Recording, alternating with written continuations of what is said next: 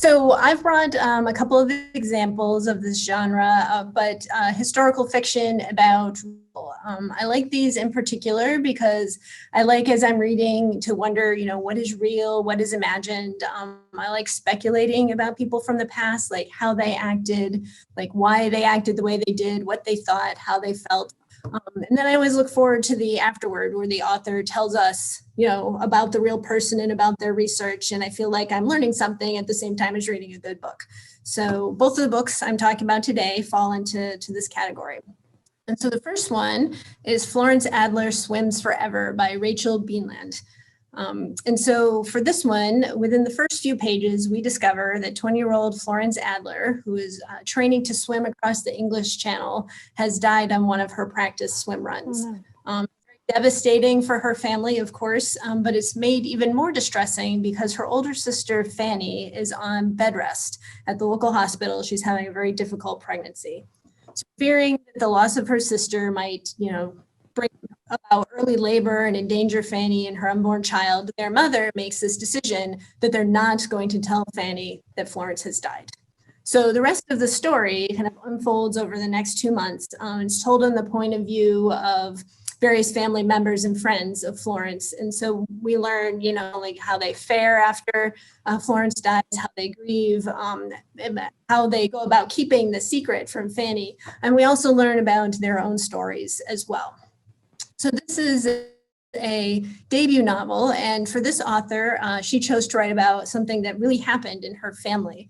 Florence was a real person. She was the author's great aunt. She did indeed drown, and they did indeed keep her death from her pregnant sister, though they only had to do it for 2 weeks instead of 2 months, which I think makes sense. It's been really well received. It came out this past summer, and it was a Beanland book club pick.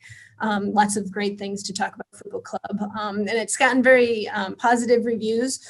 I think the one big sticking point for people is that, question of the likelihood of being able to keep such an enormous secret for so long. Lots of great reasons to read this book. The characters, the author does a really good job of kind of getting into their thoughts and their motivations as they deal with the loss of Florence. And we get to know them all through their own thoughts and actions. And we get to know everybody strangely, except for Florence, who we only know from how other people perceived her and how they are grieving her. And so, by the end, we see, what a remarkable kind of driven young woman she was, who's going to be missed by her family. So the historical angle is that it takes place in 1930s Atlantic City.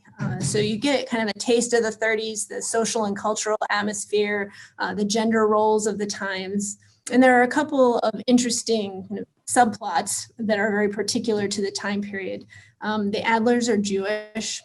So there is a subplot relating to immigrants fleeing Germany and coming to the US, for sanctuary. And it's strange to read because we as readers know that the Holocaust is coming, but the characters, they just know something bad is happening in Germany and something, bad is on the horizon, but, they have no idea what is coming. And the other subplot kind of deals with this land speculation that went on up and down the eastern seaboard at that time period, kind of from New York to Florida. So very interesting there. And like I said, a really great book club title.